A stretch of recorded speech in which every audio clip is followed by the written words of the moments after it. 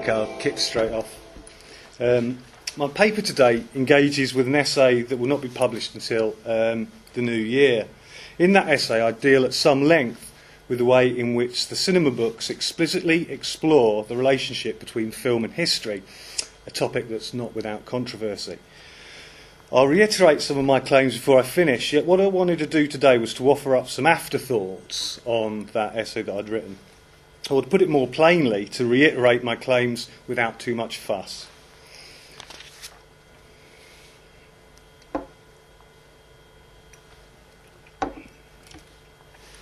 In 1983 and 1985, Gilles Deleuze published two related volumes, Cinema 1 and Cinema 2.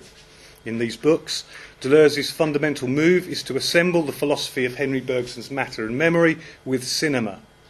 Bergson's text, published in 1896, acknowledges the world of matter and the world of spirit as different in kind, neither one being reducible to the other, yet they interact, they are inseparable. The world of matter acts upon the human and creates a sensory motor response. I see, I feel, I react. The world of spirit, or memory, but also of time, and also of thought, unlocks this sensory motor situation. So, how should I perceive? How should I feel? How should I react? Or even, can I react? Can I feel? Can I perceive?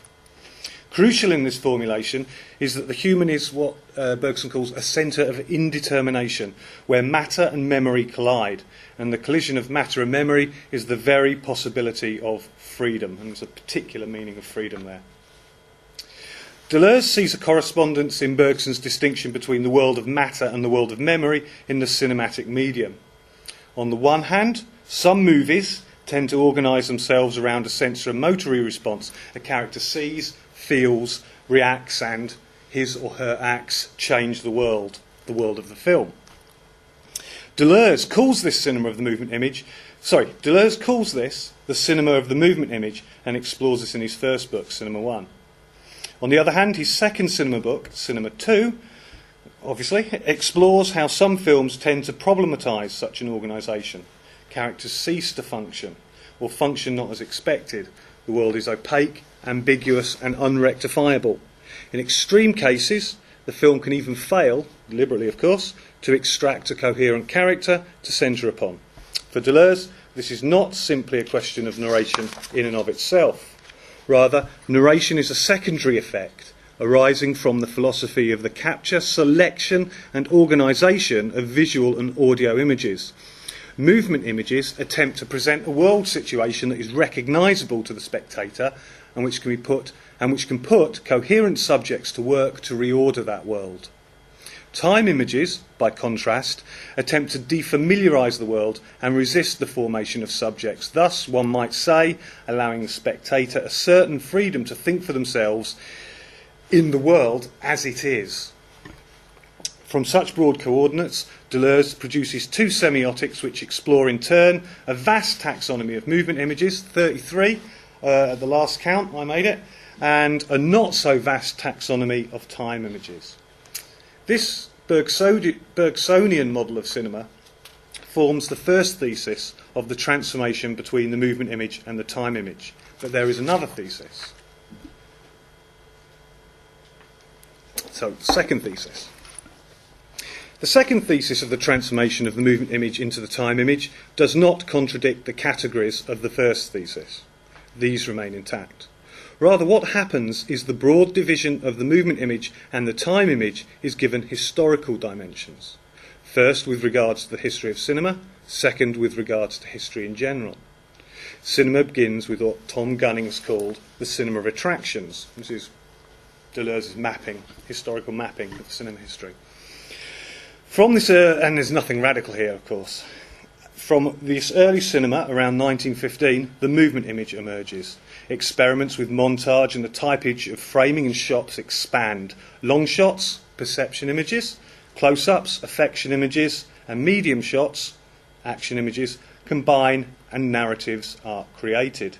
The introduction of sound and colour consolidates the movement image, and this consolidation becomes more and more complex as movement image cinema develops, and we see it at its most complex today. The time image emerges due to a specific event, however, the Second World War.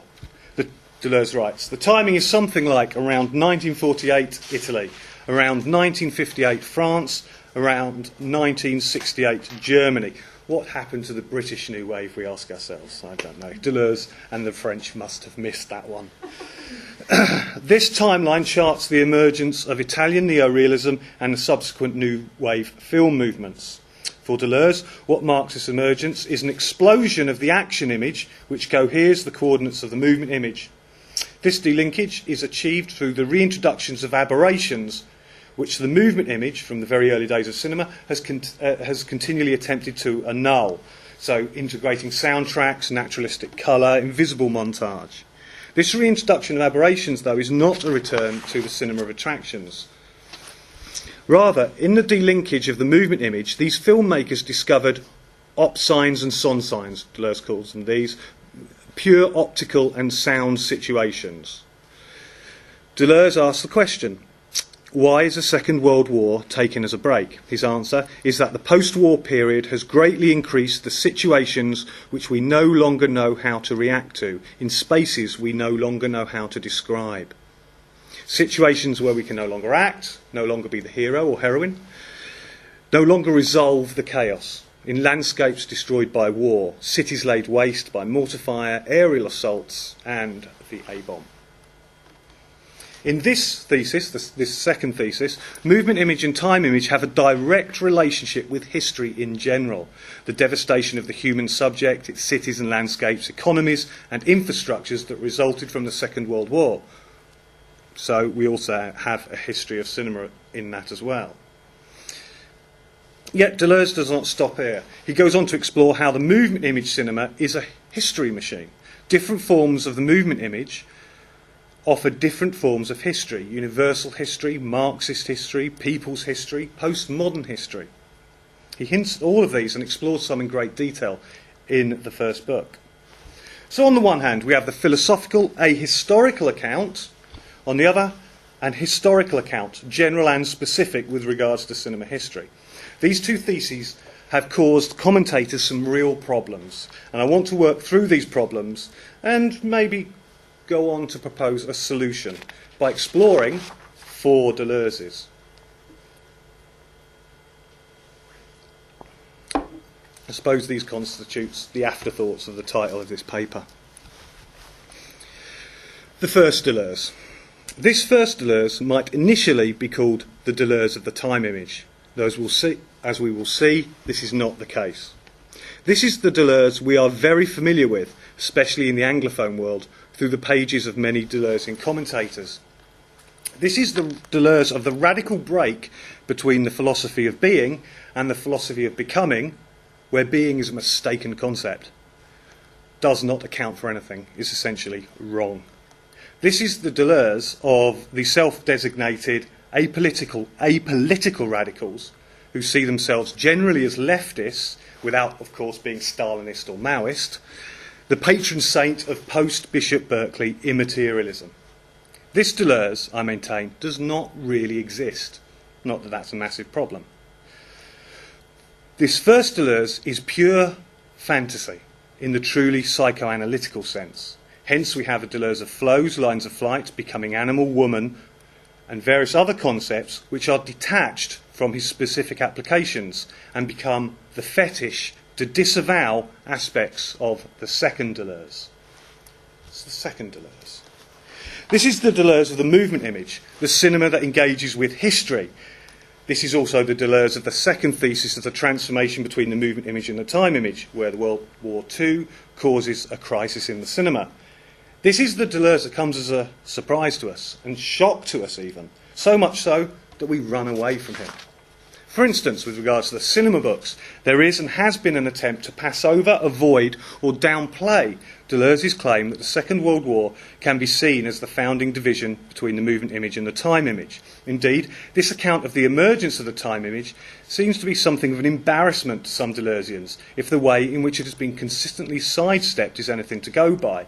And Ronald Bogue, for instance, and Roderick, who've written the great cinematic engagements, which are fantastic books, of course, don't mention these founding division of the war. I think Bogue mentions it in about 2 lines, 100 pages in, and never talks about it again, and Roderick hints at it.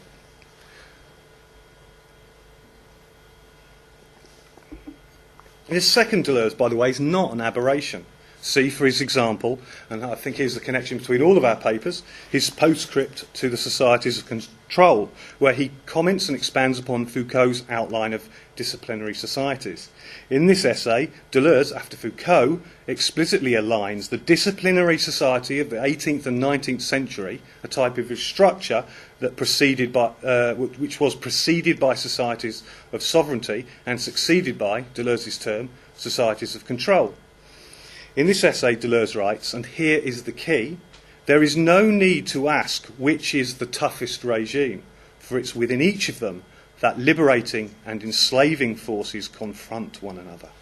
Which leads us to the third Deleuze. This is the one we end up with if we follow the example of Bogue and Roderick, who are a lot more subtle than to opt for the first Deleuze. Their position is neatly exemplified in a short statement by Konstantin Verevis. Verevis reads Roman Polanski's Chinatown as, to quote, a perfectly realised Hollywood genre film, but one that exhibits an ability to exceed itself as a symbolic text and Oedipal drama.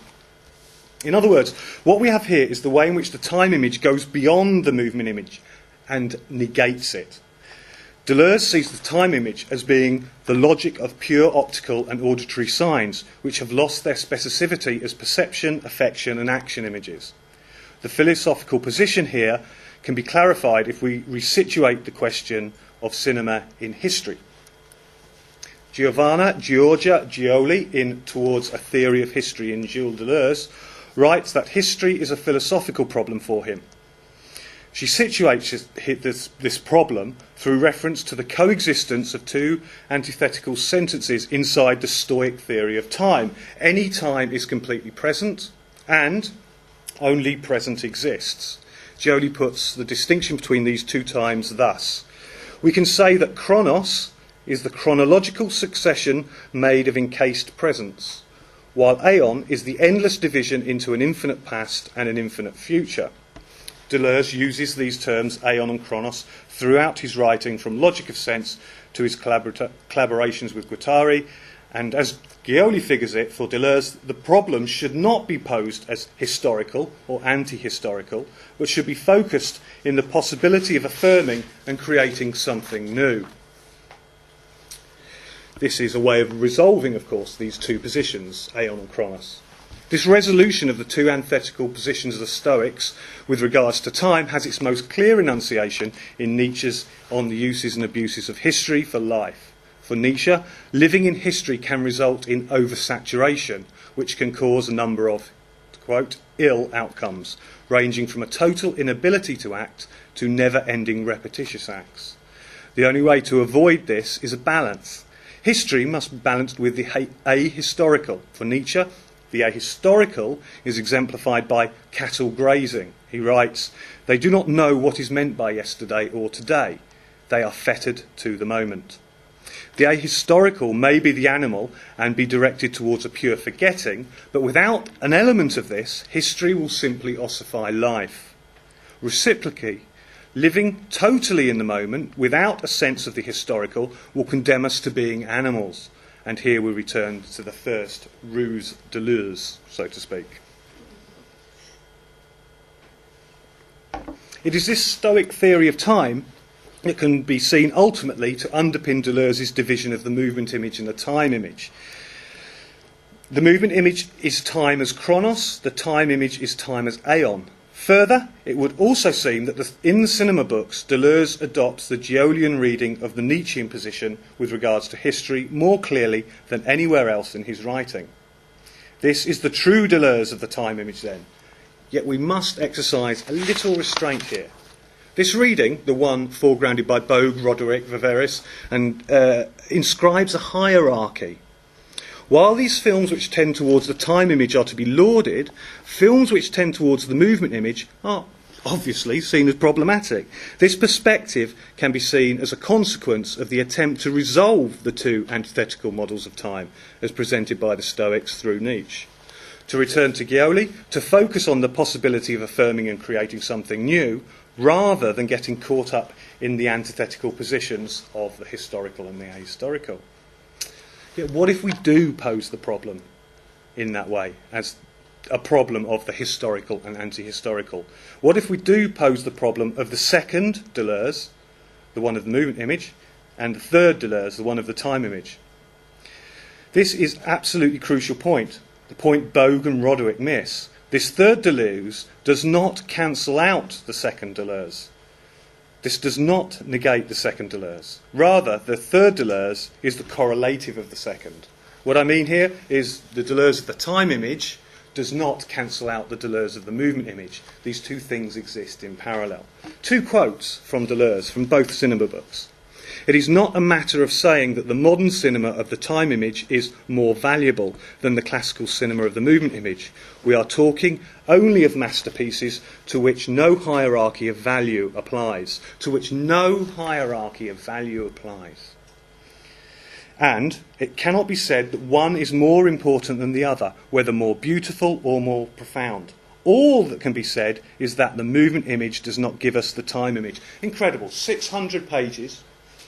And you get to the end of it and you realise that, you know, all he's saying is there are good and bad films. And I'm not going to talk about bad films. I'm only going to talk about good films. And some of them are movement images, some of them time images. You don't know what is a bad film after reading Deleuze, because he will not talk about them. Fantastic. This leads us to our fourth and final Deleuze. Slavoj Žižek, in his most recent book, In Defence of Lost Causes, foregrounds just this question. He writes, does Deleuze's conceptual structure not rely on two logics, on two conceptual oppositions which coexist in his work? He goes on in the usual Žižekian fashion. This insight seems so obvious that one is surprised it has not yet been generally perceived. I would have a look at this, the chapter that this Žižek engagement in. It's absolutely fantastic. It's Žižek at his best. Žižek is right, there are two logics. And nowhere is this confrontation of these two logics more apparent than in the cinema books, his two books. Yet at the same time, Žižek is utterly wrong to claim, and I quote, Deleuze himself was unaware of this deadlock in his work. Deleuze was intimately aware of this problem. Indeed, I believe that the cinema books are the place in which he examines this impasse between, if you like, the movement image against history, against the structures of time, and those structures that tear at it and pull it apart. For instance, in the cinema books, Deleuze migrates the terms chronos and aeon into chronos and cronos. Chronos with an H and Chronos without a H. Why that migration and why the two terms are very confused? Because these two terms have been used interchangeably and mistakenly on many occasions throughout history. Why does Deleuze do this? Surely it is to indicate that aeon does not simply negate chronos. Rather, chronos and aeon, chronos and chronos, are inseparable, an irresolvable problem, an irresolvable paradox. And this is the crucial point. The cinema books do not simply negate the movement image through the time image. Rather, they keep alive the fundamental impasse in the two Stoic theories of time. That's it. Thank you.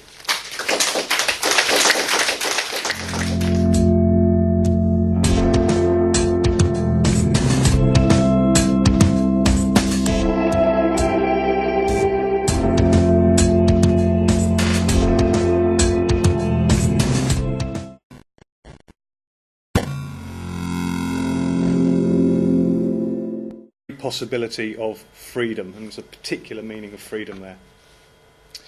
Deleuze sees a correspondence in Bergson's distinction between the world of matter and the world of memory in the cinematic medium. On the one hand, some movies tend to organise themselves around a sensory and motory response. A character sees, feels, reacts, and his or her acts change the world of the film. Deleuze calls this cinema of the movement image. Deleuze calls this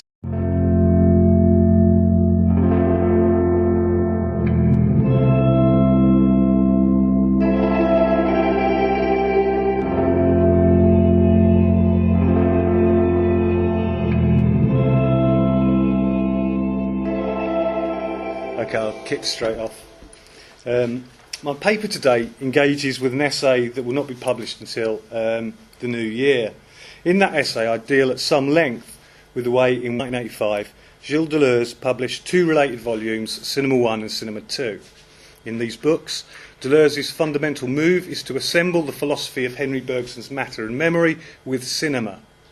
Bergson's text, published in 1896, acknowledges the world of matter and the world of spirit as different in kind, neither one being reducible to the other, yet they interact, they are inseparable. The world of matter acts upon the human and creates a sense in which the cinema books explicitly explore the relationship between film and history, a topic that's not without controversy. I'll reiterate some of my claims before I finish, yet what I wanted to do today was to offer up some afterthoughts on that essay that I'd written. Or to put it more plainly, to reiterate my claims without too much fuss.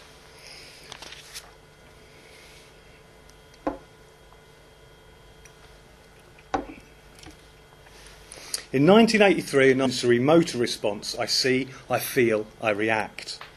The world of spirit, or memory, but also of time, and also of thought, unlocks this sensory motor situation. So, how should I perceive? How should I feel? How should I react? Or even, can I react? Can I feel? Can I perceive? Crucial in this formulation is that the human is what Bergson calls a centre of indetermination, where matter and memory collide, and the collision of matter and memory is the very